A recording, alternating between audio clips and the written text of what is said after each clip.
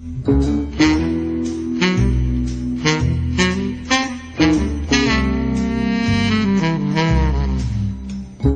you believe that we graduate in 2 years? I can't believe we'll be in charge of an entire classroom. Yeah, I never realized how big of a deal classroom management was.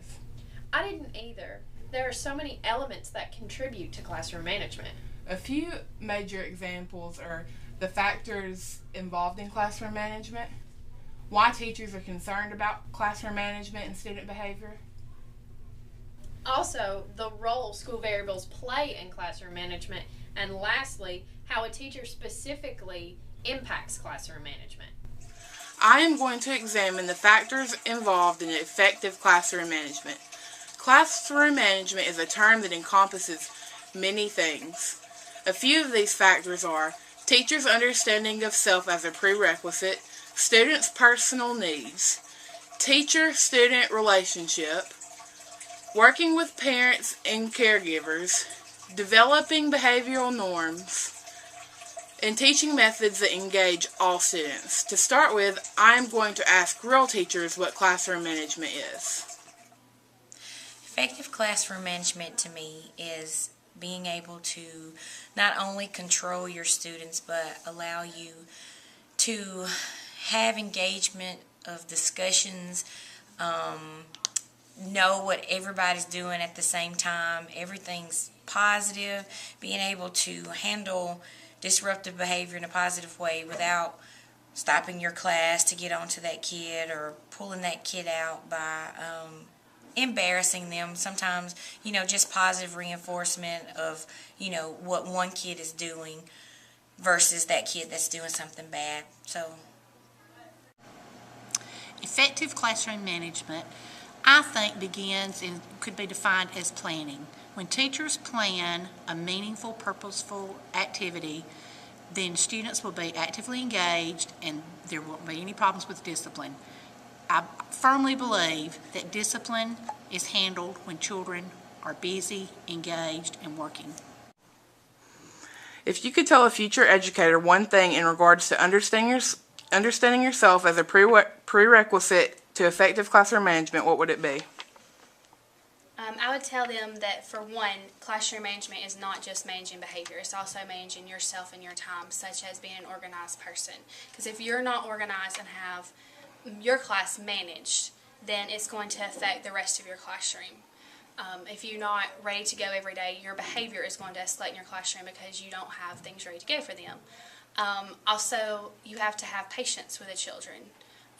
When you're managing a classroom, you've got to be able to work with kids and be able to manage them and work with them and not get frustrated and upset with them, or you're going to cause things to not go right in your classroom. They're going to become a disarray, and it's going to be hard to get things done. What do you believe are needs that students must have met prior to addressing behavioral problems? Students have many needs when they come into the classroom. And some of those are social, some of those are physical, and some of those are emotional. For instance, if a child is all upset because a pet was killed or a family member died, then the teacher needs to address that and give some counseling and some consolation to that child, or they'll never be able to settle down and get busy for the day. And if they're hungry, they need to have something to eat, because you just can't function when you're hungry, or if you're upset, or if you're just all emotionally drained. What role do you believe a positive teacher-student relationship plays in classroom management? Well, if you have a positive student-teacher relationship, then you don't have any problems with your classroom. Children feel comfortable, they feel safe, and they feel secure, and they will perform at a higher level because they know that their teacher is going to be positive and not negative toward them all day long. How can teachers work with parents and caregivers in regard to classroom management? It's very important that teachers work with the parents and guardians of our students. We have to work with them to make sure we're all on the same page. They need to know what our rules and consequences are and rewards for classroom behavior, as well as we need to know what's happening in their life at home and what happens at home with rules and regulations. We all need to be on the same page because consistency is the key for these children.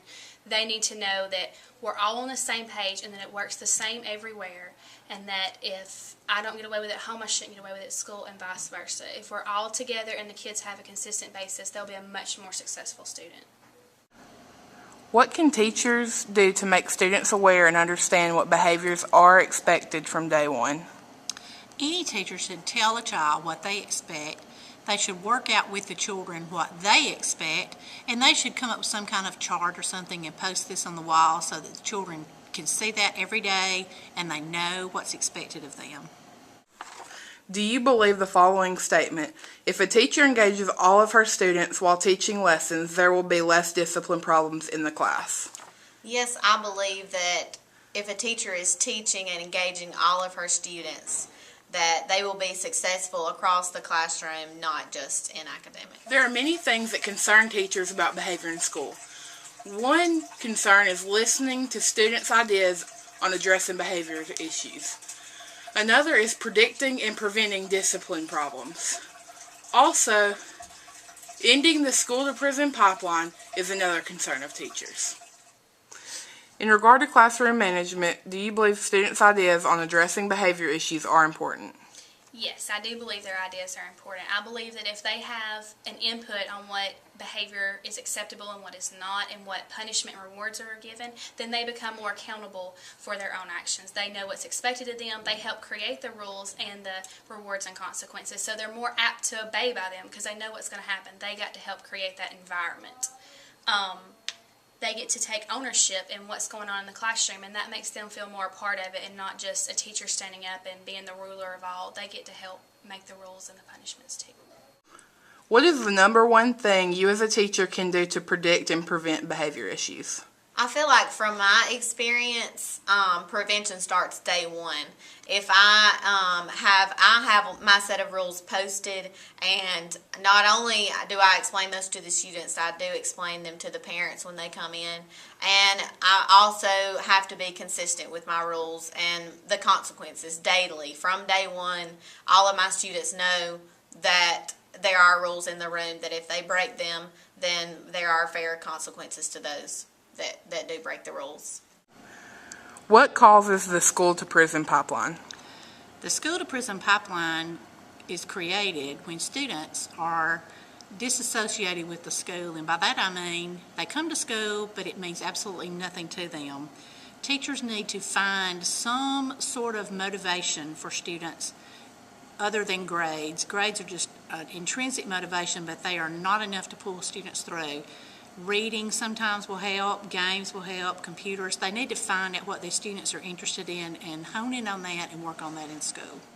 Grace, you made some excellent points. The next point that I want to discuss is the variables that affect learning and behavior in schools. Some school behaviors are students' motivation. Motivation for students is a crucial part of learning because if they are not motivated to try at what they're learning, then they will lose some of the importance of the material. The next concept with school variables is relationships. Peer relationships, family relationships, and relationships with teachers and other professionals. Peer relationships are important because peer relationships build on student self-esteem. Family is important because family relationships are important because they build on student self-esteem and some of their basic needs. Teachers are important because they are the facilitators of learning. They help also to build the student self-esteem and to help build. Also, clear expectations and consequences. Clear expectations and consequences are necessary because a student needs to know what they are expected to do and what will happen if they do not do the appropriate behavior. Feeling safe is the last school variable. Feeling safe, all students should feel safe in schools.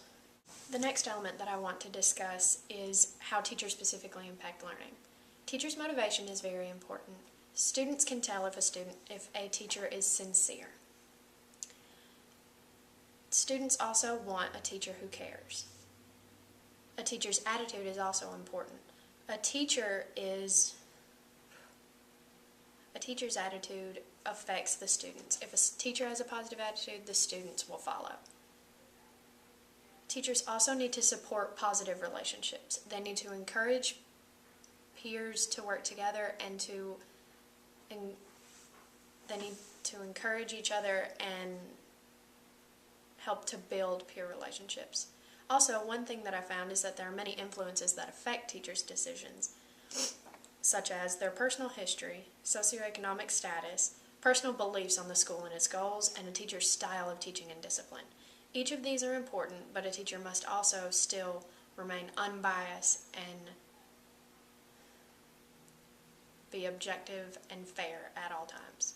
I'm really glad we investigated classroom management because I understand the concept much better now. I do too, and now we will be better equipped to handle our own classroom. I agree.